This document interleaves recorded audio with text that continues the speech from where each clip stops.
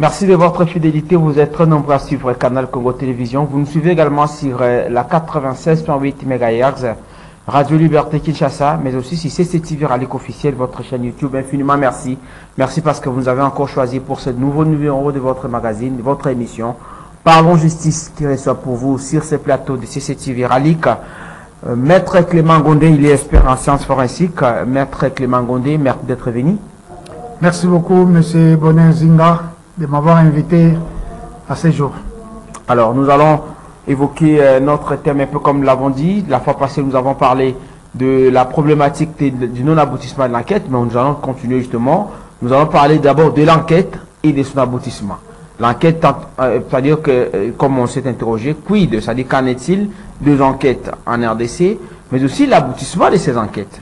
Comment procède-t-on aux enquêtes? Un peu comme vous êtes expert en la matière, nous allons avec vous discuter de ces sujets tout au long de cette émission. Je rappelle que l'émission est bilingue, parce que plusieurs personnes nous ont appelés, nous ont parlé de l'importance de ce que nous produisons en termes de contenu de l'émission, parce qu'il y a une enquête dans Congo démocratique. Grâce à notre expert, nous allons avec vous discuter de temps à autre de ces questions qui sont très sensibles, notamment liées à la problématique qui a non-aboutissement d'enquête dans Bokanabiso, République démocratique du Congo. Maître Clément Gondé, expert en sciences forensiques, j'aimerais d'abord que vous nous parlez de vous. Qui est Maître Clément Gondé? Merci beaucoup. Maître Clément Gondé, comme Nazali avocat, avocat na Baro ya Congo central. Mais nazali la double casquette parce que na salipe na tangipe biologie, donc c'est-à-dire que parcours nanga ezali école primaire na salon na obabengi école moko babenga kango na banda 5 à 5 na banzi bana bandal bayebi et puis na 6 na kenen 6 salongo au 606 na 6 salongo na ke kotanga na Luozi parce que je suis du Congo central, je suis de Luozi, donc je suis le descendant de Simon Gimbangu. Donc j'ai fait à humanité dans un institut, institut Kibunzi, humanité dans la biochimie. Donc j'ai terminé na 87 dans un diplôme d'état. Après dans la technique de laboratoire, dans l'institut IZETEM, c'est un institut privé. C'est là où j'ai gradué dans la technique de laboratoire industrie alimentaire. Donc on a ici dans l'année 80, on a fait moi oyebi pillage ezalaki et permettre que bisoto bimamboka toke koluka vi na libanda nga na kendaki na Gabon na Libreville na kekuna na vani na Libreville année belé na tangisi na Libreville na keko tangisa na Libreville. Donc tant on a 8 mois quelque chose de pesenga na kende na mboka wa paya na ke na Belgique. Donc na Belgique na bandi d'abord ça la biotechnologie parce que place ça quitté na biologie clinique na la biotechnologie oyebi kuna ba diplôme na biso toujours aso okay faut ba kitsayo na obligé sous na bandela donc na science gradué na biotechnologie tant on a ici na ke na France na Lyon d'abord na Lyon na sali criminalistique et thanatologie donc et puis là na continue à côté il y a biologie donc biologie médico-légale na sara biologie ezako landa makamboya justice après nego ça la toxicologie na université à Montpellier nego ça la biologie moléculaire na Paris donc et puis ma formation ébélé sur la médecine humanitaire na Grenoble donc je passais maintenant et belé kuna na ba formation en formation après maintenant neko zonga mboka na 2009 tout ça d'abord dossier Morizaki il y a sur expertise il y a ba noyer tout après maintenant neko senga ba agréé ngai na tribunal à grande instance à Gombe comme expert en sciences forensiques ba eko agréé ngapé et puis na monaki nazaki penda requité parce que faut ba chaque fois faut ba utiliser yo na binon na sala droit na droit na université chrétienne cardinal Malula na sayo na sali droit privé judiciaire donc licencié en droit privé judiciaire tant on a ici nde na lobisco yo na bima avocat na ke osala concours na nini ya na baro ya Congo central et na bimi avocat donc à ce moment là d'abord avocat stagiaire na sali stage na ngai après na ye ko sala susu kapapa na bima avocat de avocat full donc na ici maintenant naza ko salaire moko expertise moko na salaire pe ma plaidoirie parce que moi je me suis beaucoup penché dans le droit médical. Donc il y a mon salle, j'ai un petit laboratoire d'expertise en biologie médico-légale. Donc j'appuie la police technique et scientifique pour l'expertise na bango. J'appuie aussi il y a médecine légale parce que sur les médecins légistes, sur les basali autopsie, il y a des fois moi c'est une analyse complémentaire pour nous sa lumière. Alors on a travaillé sur beaucoup de cas et puis aussi je suis enseignant dans un chef de travaux, on appelle ça cours dans l'université chrétienne Cardinal Malou, dans la faculté de droit encore. Merci. Donc c'est ça. Merci maître Clément Gondé. Je rappelle que vous êtes expert en sciences forensiques. Et nous allons parler de notre thème du jour, un peu comme nous l'avons dit. Quid de l'enquête et son aboutissement en République démocratique du Congo. Alors, nous allons commencer, un peu comme je l'ai dit tout à l'heure, dans l'idée de comprendre sciences forensiques et années. Merci beaucoup.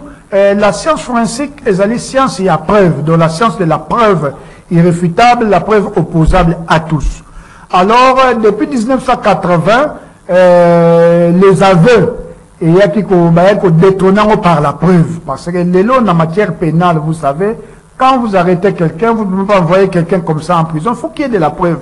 Parce que même donc, la personne qu'on a arrêtée, la personne encore est présumée. Vous avez créé aussi une ASBEL là, 0 innocent en prison. Tout à fait. OFA, Observatoire Forensique Africain. 0 innocent en prison. C'est vrai que c'est difficile, mais on fait tout pour qu'il y ait 0 innocent en prison. Alors, normalement, comme je viens de dire, il faut qu'il y ait de la preuve. Alors, la science forensique est née. Pourquoi? Parce qu'il faut qu'il y ait de la preuve. La preuve est la preuve non irréfutable, opposable à tous. Et ça, les missions que vous suivez souvent, les experts, enquête impossible, c'est ça, les forensiques. Donc, la science forensique regroupe plusieurs disciplines. Notamment chimie et zali. Donc, place à Moutinho, c'est zali. Chimiste en place naïe. Physiciens en place naïe. Médecins. La biologie. Et même les informaticiens dans des cas de cyberattaques, cyberterrorisme. Aussi même les comptables. Donc, la science forensique englobe tout passé crime. Et ça, la marque raté dans le domaine, il y a santé, il y a moutou. Crime, et ça, dans le domaine, il y a détournement, tout. Alors, science forensique, maintenant, ayez pour détrôner les aveux. Parce qu'à l'époque, les aveux, ils avaient des preuves. Source après par excellence. Source après par excellence. Mais aujourd'hui, les aveux sont détrônés par la preuve. D'où maintenant, je me suis spécialisé dans le domaine de la preuve et la preuve irréfutable et opposable à tous. Donc on peut envoyer que la personne qui est coupable, qui a commis vraiment l'infraction, et c'est lui vraiment le criminel. Donc envoyer un innocent en prison, je sais que c'est un peu difficile, ça fait très mal parce que si c'est toi, si ça vous arrive, vous ne serez pas content. Voilà, alors on va poser une question simple. Qu'est-ce qu'on peut comprendre d'une enquête? Ce que tu trouves dans beaucoup c'est enquête Ezali Nini. Alors, enquête Ezali Nini. Parce que nous parlons de l'enquête et de son aboutissement en droit congolais. Ah. Là, je pense que c'est vous qui êtes en expérience en plein labo. Plein labo. Oui, Wanangai. Donc, c'est-à-dire, il y avait un problème. Bien, il y a une enquête. Enquête est bandit. Donc, saisir OPJ ou le ministère public. OPJ, il y a le ministère public. Saisir, il y a un problème. Il faut requérir les experts, requérir la police technique et scientifique. Maintenant, comme dans le domaine il y a biologie, moi j'appuie la police technique et scientifique. Dans le ministère il y a affaires étrangères. À l'époque, donc il y avait tentative d'empoisonnement. Donc, chaque mois, on a un niveau, il y a climatiseur, compresseur, compresseur. Donc, au moment où les locaux au fond le compresseur, au tindiki moi biloko, et puis robimane vapo. Alors, tant qu'il y a au fond là, et donc, na poison et quoi soit. Donc, c'est facile pour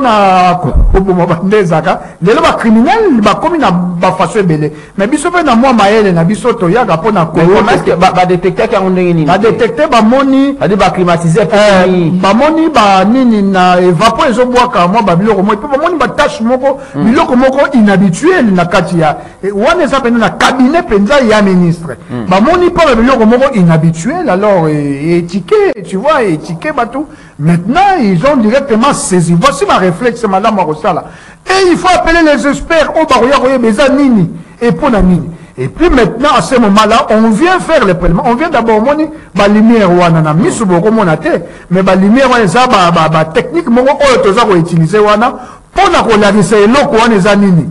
Alors pe na ko prélever vraiment eloko wana oyo le bino bozo mona na misu te, mais ngai o moni na lati mo ba manette mo moni ba manette wana lati ezali ba infrarouge. Ezali ko mona kaka ba nini ba biloko mo obino bo mona te ko prélever yango mena ko memango na laboratoire pona koyeba eza nini wana oyo esani wana omoni après koyeba siko eza nini siko yebi ke za ba toxicité ou bien loko nini moni wana siko faut d'abord ko prélever donc musala enquête passée ce qui vos salité ou bien bokoyeba te omoni pe batu bakufi ou bien loko ezaki mabe et bomi batu alors batu banokufa enserrer bozoye baté loko ni eza ko bon alors ça fait partie à banquette donc faut koyeba et loko nini oyo salami et salami pourquoi alors et nani asali yango pourquoi na tobina beaucoup c'est enquête to na ndenge boye kola to koloba na beaucoup c'est enquête et ezali nini enquête ezali na terme ya compréhension facile na terme na compréhension facile enquête ezali koluka parce que eloko esalami maintenant koluka nzinga nango esalami ndenge nini esalami ndenge nini po na bit nini enquête koyeba eloko wana esalami eza nini et puis nani asali yango puis susu so bokesu na molai boyeba susu asali yango ndenge nini et puis asali yango quand osomona donc mayele pona nini et puis asali pona nini et à ce moment là bato ya mayele bakoya pona koyeba eloko esalami ndenge nini pona nini esalami nini yango na bengaka banquette na domaine nyonso elobika te oyo eza na mort donc mutakufi tututu même soki mbongo ya mosolo ya leta bayibi bamoni pena bayibaki mais bayibi yango ndenge nini nani nayibi yango elekeli ndenge nini dozomona wana sikoyo bato mayele baye oyo babengaka baenquêteur baye mpona koluka koluka bacontour na badetour ya likambo oyo esalami yango wana. Voilà, rapidement, Maître Clément Gondé, tout remet à l'histoire de quoi tu as le bas. Mais Matali Ngonga, oh, enquête il faut jouer parce que tout le but, quand tu as dit que qu'on a vu chez Ribéon au Kende, ou toi à Koufaki, Kino Lelo, tout quoi ébaté, à Koufina Nini, raison principale à lui on a été évité, bah espère que tu vas enquêter, bah, qui ne va pas y abayer, Kino Lelo, tu évité à Koufina Nini. Peut-on comprendre? On a beaucoup c'est. Pendant combien de temps peut durer une enquête dans les circonstances bien que le bien qui est sur ma circonstances il y a enquête dans nature il y a enquête ils allaient nature il y a mort dans circonstance mort ils allaient différentes mais tout courir banano gonga boni enquête que kozwa pour tout résultat par exemple. Merci Mingi. Ndenge tochi koloba te makambo nyonso esalamaka pour enquête soki esalami et cela dépend il s'agit de quel type d'enquête parce que soki ezali ke moto akufi soki ezali ke badetourne enquête ekozwa ta oyo ekoki kozwama donc oyo ekoki kozwa ozomona cela dépend na ndenge basaleli yango cela dépend na ndenge bakeyeli yango donc bangonga ezalaka mpasi mpona kodétermine mpenza boye mais biso on daza kolobela yo na science forensique biso ndenge totalaka na bina cas par exemple il y a un problème total la nature a problème na circonstance ya problème mutakufi photo et ba circonstance il y a mort na nature a mort alors déjà na circonstance déjà eze le remoko te ya ko eze le remoke et koki kozwa biso neti 2 jours na zolobela na domaine ya science forensique donc na sikoyo ba akufi faut na sikoyo akufi mort na ezanini est-ce que ça mort moko naturel ou est-ce mort moko criminel ou bien oyo ba benga mort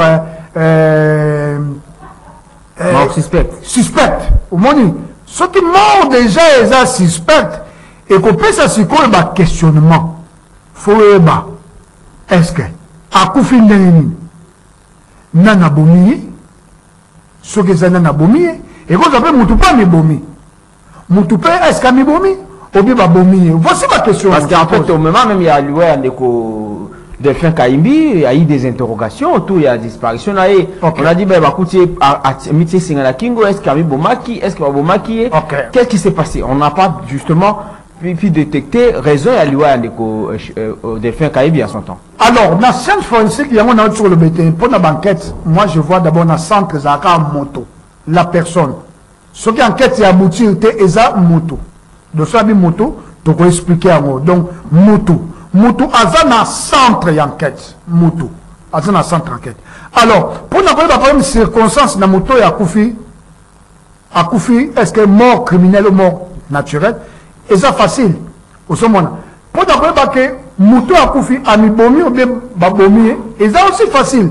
Ami diembeki ou bien diembeki, c'est ça peu facile. Donc, c'est-à-dire que Koki soit plus de jours parce que expert déjà baroya batanga na baroya ba moto oyoyo amediembiki te moto yo badiembiki siye ce que badiembiki siye netobi mort pendu ou pendu mort vous savez mort pendu ou pendu mort à ce moment là déjà avec na scène à crime c'est pour ça dans le lobby que scène à crime il faut se la protéger parce que scène à crime sur les a pollué et on peut encore difficulté mon amour il y a la différents camps par exemple moni ba coutier même ba kitisi déjà aussi longtemps d'expert ba été alors peut ça encore pas si na ba expert pour ba ya d'abord ko luka ko yeba ya mo na ka moko enquête ko ça fait élastique parce que biso mo to polluer c'est na crime ba biloko muso mona likambo ça mi mbala mo na réseaux sociaux ba tini alors et puis déjà ba fuite d'information. Maintenant,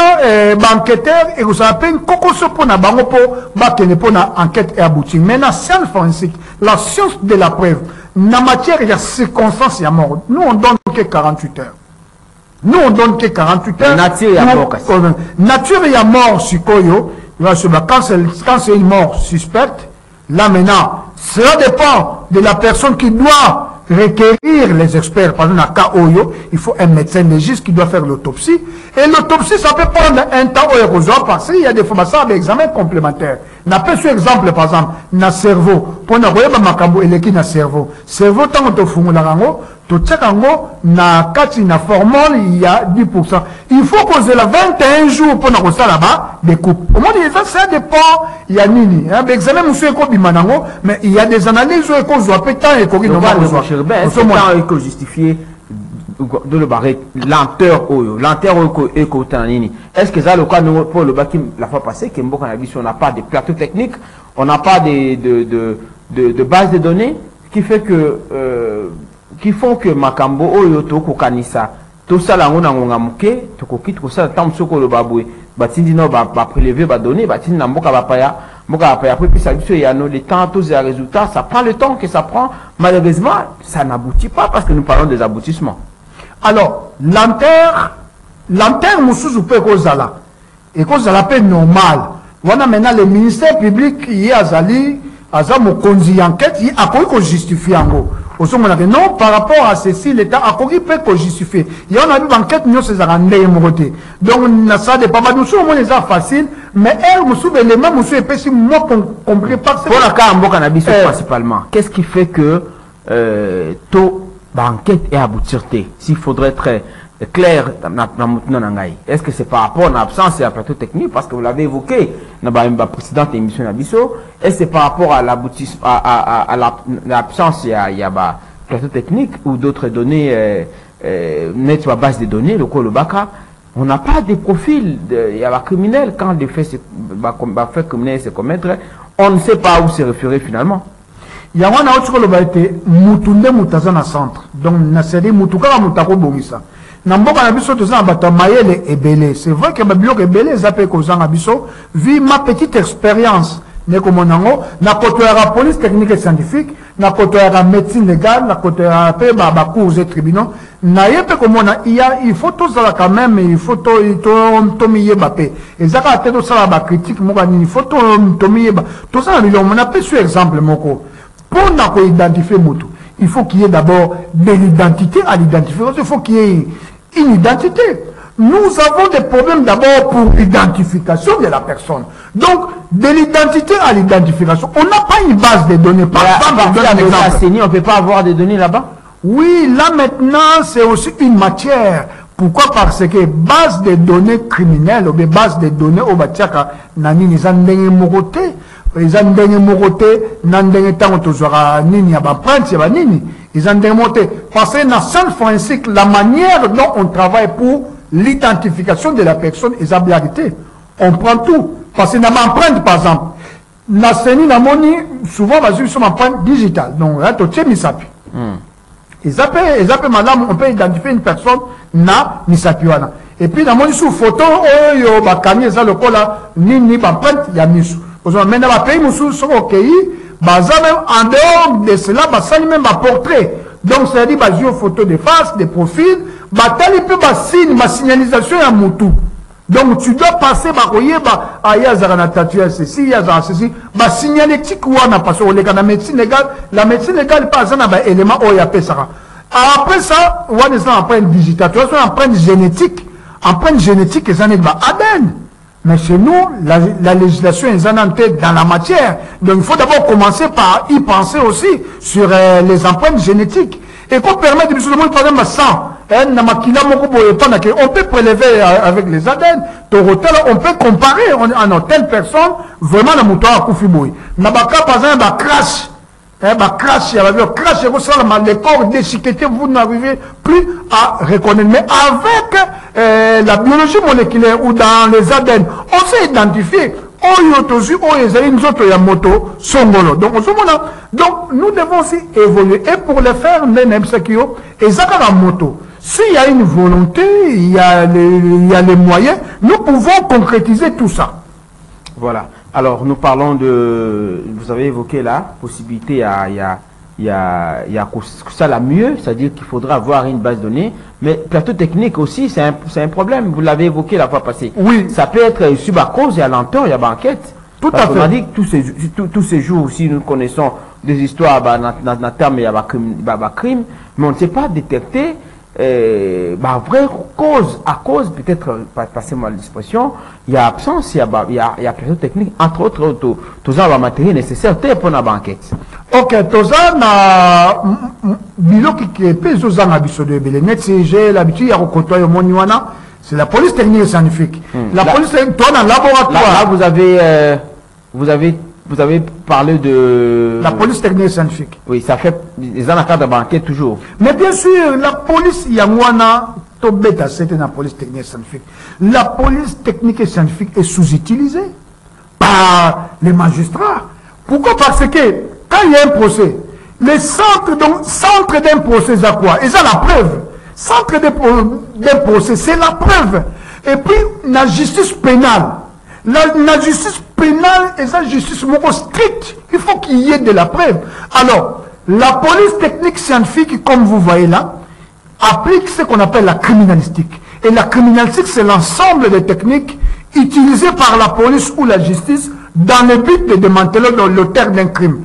Parce que quand il y a un crime, on doit savoir qui a fait quoi, comment, pourquoi. Donc, la police technique scientifique, là, ça fait partie de la science forensique. Et ça dit les maillots pour la preuve irréfutable. Aujourd'hui, dans le pays où quand il y a un problème, c'est la police technique scientifique qui arrive, doit d'abord faire le prélèvement. D'ailleurs, même les morts, on ne touche même pas. S'il y a ceci, même ma cambriolage, on ne touche pas. La police scientifique vient pour chercher les éléments de la preuve.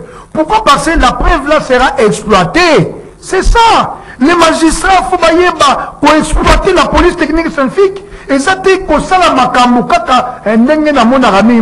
les juges doivent dire les droits dans son intime conviction, bien sûr, mais il y a cause à peine à erreur. Parce que tout ça, erreur judiciaire est allé. Donc, il faut utiliser la police technique scientifique. Mais la police technique scientifique, est allé. Depuis 2009, nous avons un très bon laboratoire. Maintenant, il y a aussi des choses qui manquent. Il y a la partie biologique qui manque. Nous, on a écrit notre Asbel, qui a écrit pour qu'on puisse, OFA a écrit pour innover la police technique et scientifique dans la partie à biologie, notamment tout ADN, tout même entomologie criminelle, dater les morts avec les mouches. On peut mettre ces laboratoires-là. Je t'avais donné un exemple, ces laboratoires-là ne coûtent même pas $100 000. pour mettre le laboratoire d'entomologie criminelle. Voilà, bah, détecter ma crime via les mouches avec 100 000 $, on peut déjà mettre ça. Vous voyez, est-ce que c'est ça qui manque? Est-ce que ce sont des techniciens? Est-ce que ce sont des experts? Moi, je suis expert, j'ai écrit pour que je puisse mettre ça. Et former aussi. Former. Donc, c'est-à-dire, et biso mingi na bakamoko, tout ça, un problème boyé, et les mouches peuvent nous donner les informations. C'est important, mais vous avez écrit aux autorités. Suite Telango, jusque-là, vous n'avez aucune suite. Hein. Je n'ai aucune suite jusque-là. Je n'ai aucune suite. Je dis ça à... Vous allez rappeler, vous allez rappeler votre numéro de téléphone. Oui, oui. Je n'ai aucune suite. J'ai écrit dans l'instance Nyonso. Je pense que c'est important que nous soyons à même des données, parce que, bon, toutes les hypothèses là, parce qu'on va passer dans même Atali cyberattaque, vous l'avez évoqué tout à l'heure, même Atali piratage à bas compte, où les gens voie électronique, où on ne sait pas détecter parce qu'on n'a peut-être pas assez de moyens techniques pour nous détecter en gros. Mais si aujourd'hui, par exemple, tout comme à niveau de la porte-nez Zalaka, il y a un fait infractionnel qui se commet tout à l'heure, d'emblée, on a les profils du criminel. Ça se passe comment? Et pour que essayer Manambo Kanabiso, ça demande quoi concrètement? Mon frère, c'est une très bonne question. Je vous ai dit, c'est la volonté. C'est l'homme qui est au centre. Mutuka mutako bongisa nyamate mutako bongisa kaka mutu. Mais mutu wana face à la volonté. Mutu wana pe foyeba. Yangon je parle de la méritocratie.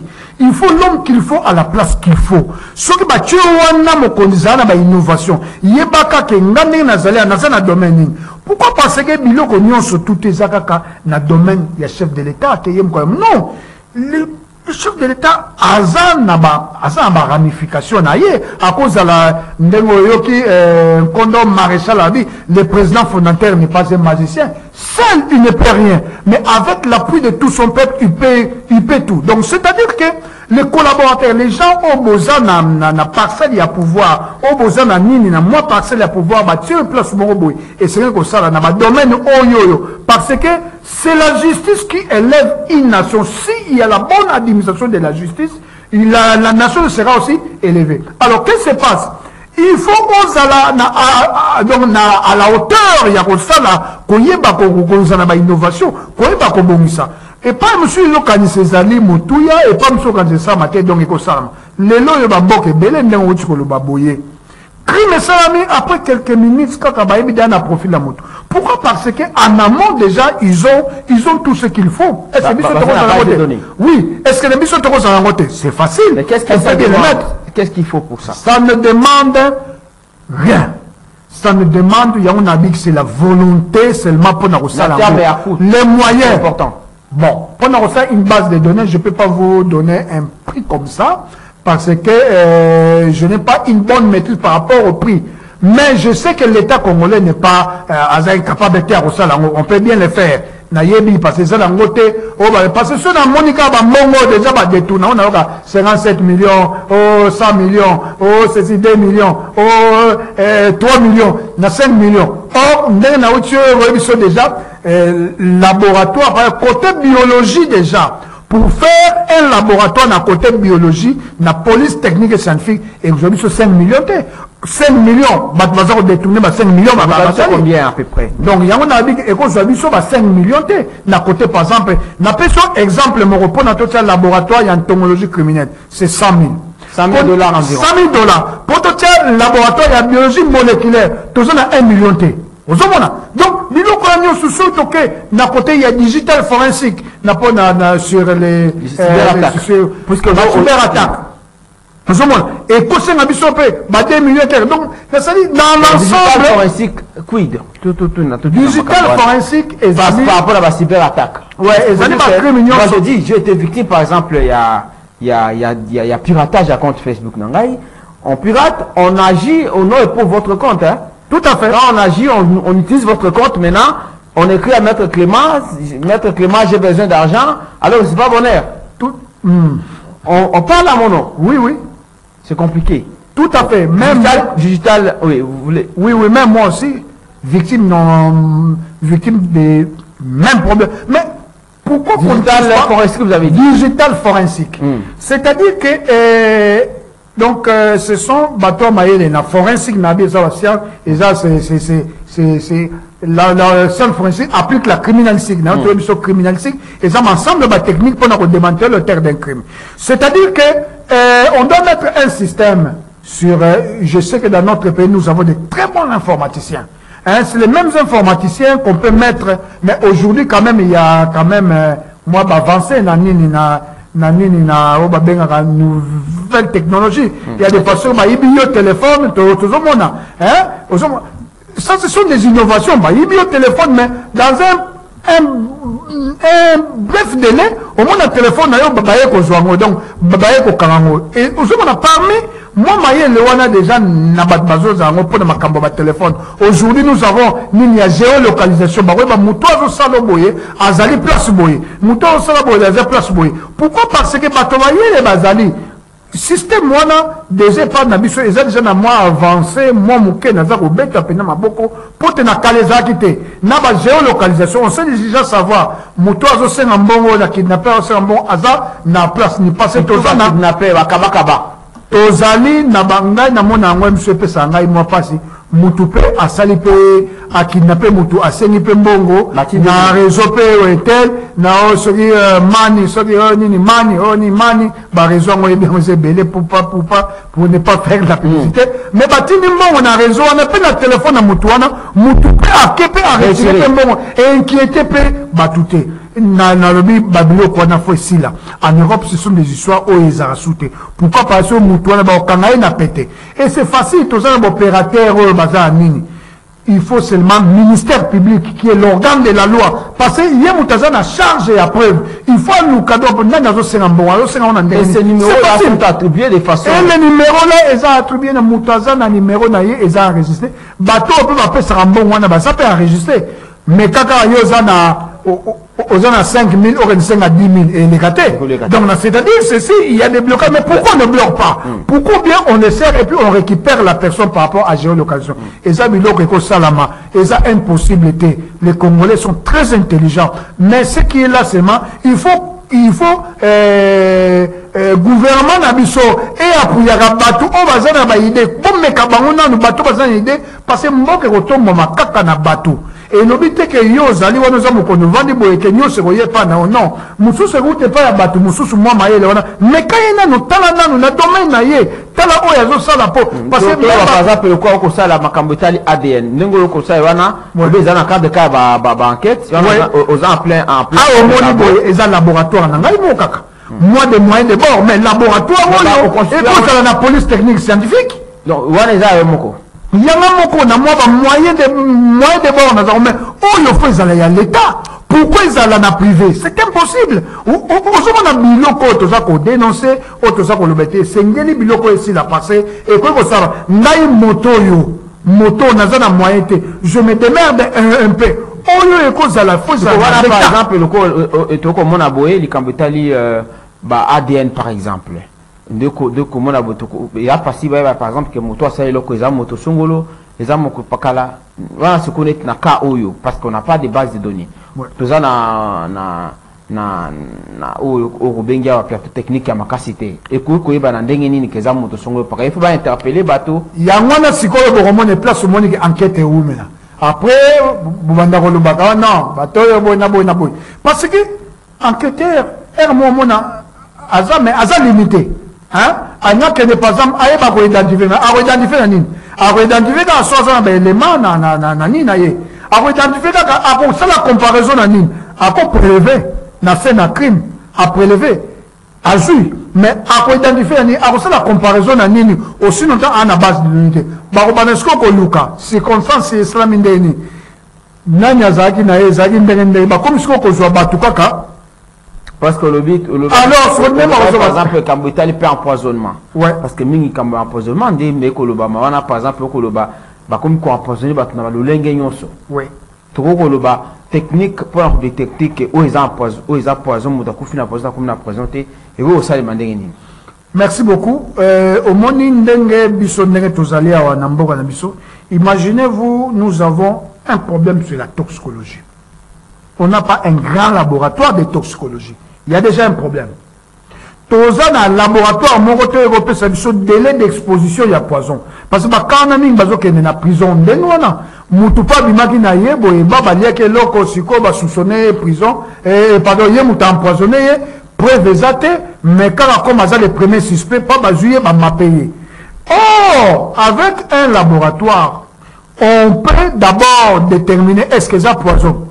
Ce que ça poison, et ce délai, il y a toxicité, ça fait combien de temps? Ça pourrait être un poison retardé. Ça pourrait être aussi un poison imminent. Il faut qu'il y ait des éléments de la preuve. Il faut qu'on ait d'abord, est-ce que ça poison? Qu'on détermine d'abord. Il s'agit de quel type de poison? Est-ce que poison est imminent?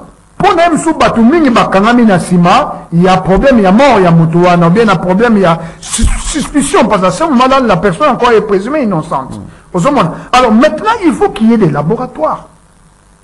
Moi, je l'ai fait avec les moyens de bord pour même arriver à connaître les délais d'exposition. Moutoussou, poison retard. Et quand on s'est manifesté, quand vous avez pas à Sanza Koufi, hôpital, non, c'est une intoxication. Ah, il y a des pannes. Il y a des pannes. Il y a des pannes.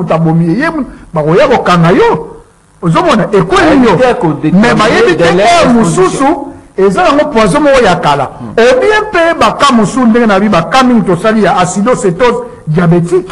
Aux hommes, on a moutazarine diabétique, amiébité. Mais tant qu'on accueille, azagine, par exemple, na carême, aliakité, azagine, gène.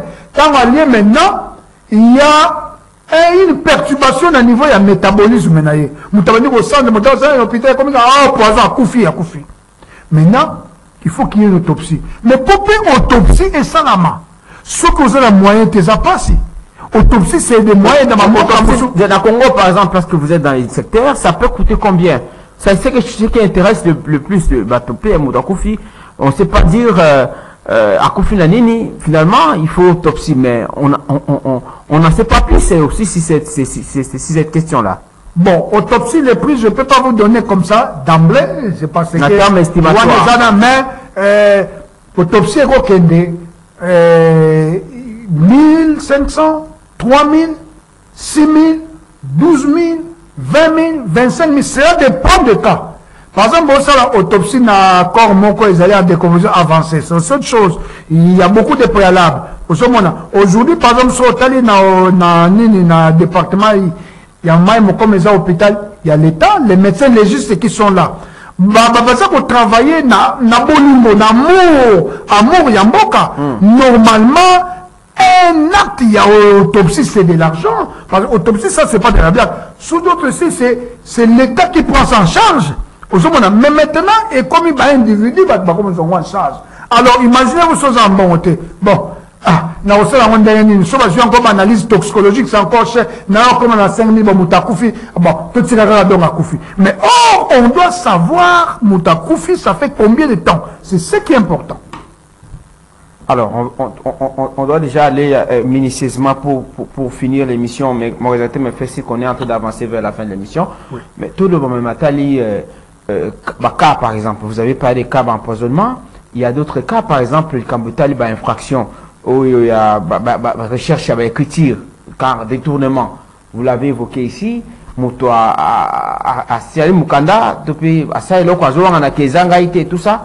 Comment, parce que dans le domaine ouana, au Congo aujourd'hui, est-ce que tout ça a un moyen, il y a qu'à détecter que il y a moto à Saïlo moto Songolo Pakala, au-delà de ADN, au-delà de contenu, il y a écrit, est-ce qu'au Congo aujourd'hui, na angle tu inscrit en un domaine ya banquette pour que ça na Congo démocratique parce que c'est ça au lobby quand il s'agit de falsification à document on ne sait pas dire nani asali anguna asalite est-ce que ils là bisaki mukanda wana signature eza yete dans mboka na biso comment est-ce qu'on peut définir cet aspect na matadi banquette par exemple? Merci beaucoup. C'est pour cela que la police technique scientifique, il y a des experts là-bas. En manuscrit. Dans un laboratoire, la police technique scientifique, il y a un laboratoire qui détecte même, qui fait surasser, qui concerne l'écriture. n'a pas identification pour les documents. C'est pour ça que je dis la police scientifique est sous-utilisée. Nous avons par exemple le colonel François Kouna, qui est expert en manuscrits, donc en fait de tout ce qui est écriture. Vous voyez? Donc c'est-à-dire ceci que il faut bailler pour utiliser bango laboratoire police technique et scientifique ezali bakoye ba oeza signature na été na ba système auto forgerie na moto a signé pour kaka a signé oye muta signé ma signé ngo pour kaka asala passe na moto musu et ko salama na ba carte d'identification ba faux document. Il y a tout un département, il y a faux documents na police technique scientifique. Est-ce que baye bien ngo? Est-ce qu'on est outillé? Si, na domaine wana ezali parce qu'il faut qu'on dit makare ma domaine musu ezana mboka na biso. Na police technique scientifique comme vous l'avez dit, ce qui va enquêter aboutir, parce qu'on arrive progressivement à la fin. Est-ce que c'est parce que service judiciaire na biso, toi appareil judiciaire qu'on utilise service ou en tout ezali parce que enquête et qu'on aboutir parce que simplement on n'est pas outillé. Ezali to ko jumelango donc na sadi pour nangai d'abord il faut la méritocratie. Il faut savoir requérir un expert au bon moment. Donc il faut qu'il y ait la formation continue. Il faut que les magistrats formation continue dans le domaine de la science forensique. Et puis déjà eza na mboka net c'est police technique scientifique mingi baebite mais na mboka bazo sape makambo ya malamu oyo justice akozala ngo posa mais soko yebite okoyeba pete que est-ce que na ko requérir bango ou pas ozomona net okoyeba te police technique scientifique eza déjà net na département ya faux document il y en a.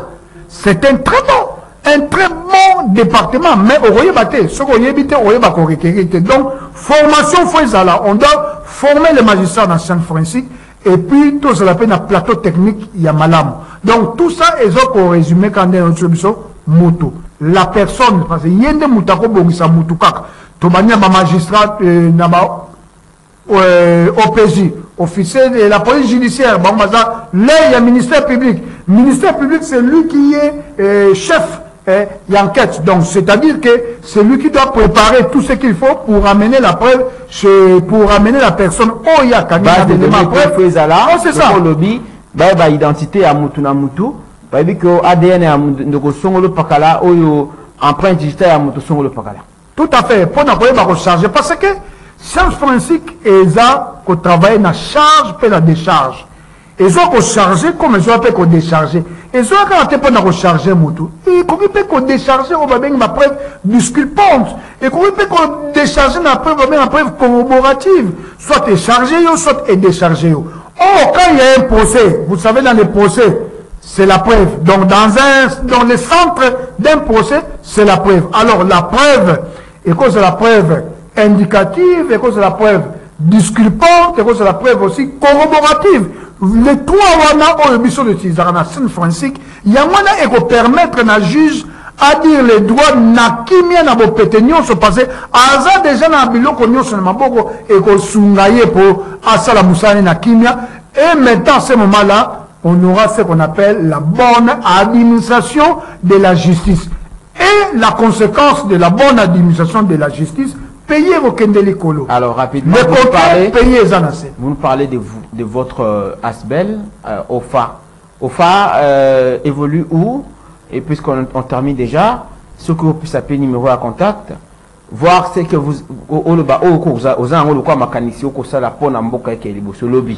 c'est important que nous puissions avoir des enquêtes, oui, mais qu'il y ait aussi des résultats d'enquête. Et pas comme le cas chez Ribbon Kende jusqu'aujourd'hui.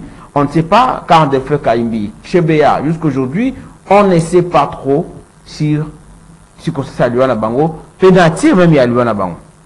Alors, tu crées qui Asbel Wabeni OFA, Observatoire Forensique Africa, Nazali, président conseil d'administration, Bisso, Nina Bisseza Nini.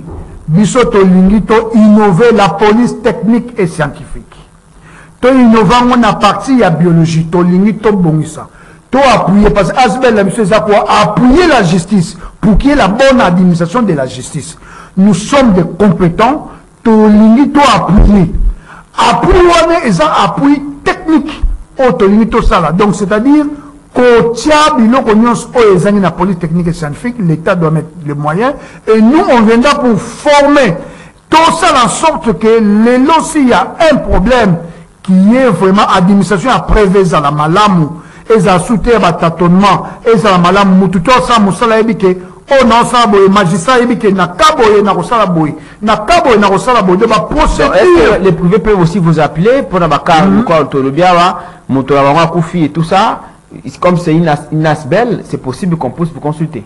Oui, oui, dans asbel, tous un avocat, tous un médecin, tous un banquette aussi. Mais bon, na banquette, nous on est toujours requis par la justice, mais on peut donner toujours le numéro. Mais si vous avez aussi normalement des cas, Bissot aurait plaidé pour vous parce qu'il y a des avocats qui plaident aussi. On votre siège social et le numéro de téléphone de communication. Le numéro de téléphone est allé 089 61 56 194. 089 61 56 194. Maître Clément Bengi Borozwangai, et puis on va nous orienter. Siège social Nabiso Ezali na galerie Beautour local 57. Là c'est là où vous pouvez normalement les trouver comme expert. Mais sinon, toza pe na administration Nabiso Moussousou Ezali pe na avenue Kwilu. Kwilu numéro 311 na commune ya Gombe, non loin ya la mosquée. Merci à vous tous de nous avoir suivis. Parlons Justice et séjour touche à sa fin. Nous vous retrouvons la fois prochaine, justement. Ça sera pour un nouveau numéro de votre émission Parlons Justice. Merci à Morun Djambe, Bruno Zinga, merci à Alain Kabongo, à Fiston Atunga, à tous ceux qui nous ont accompagnés, je parle de José Andia et toute l'équipe de la radio qui nous ont accompagnés pour la réussite de cette émission Parlons Justice.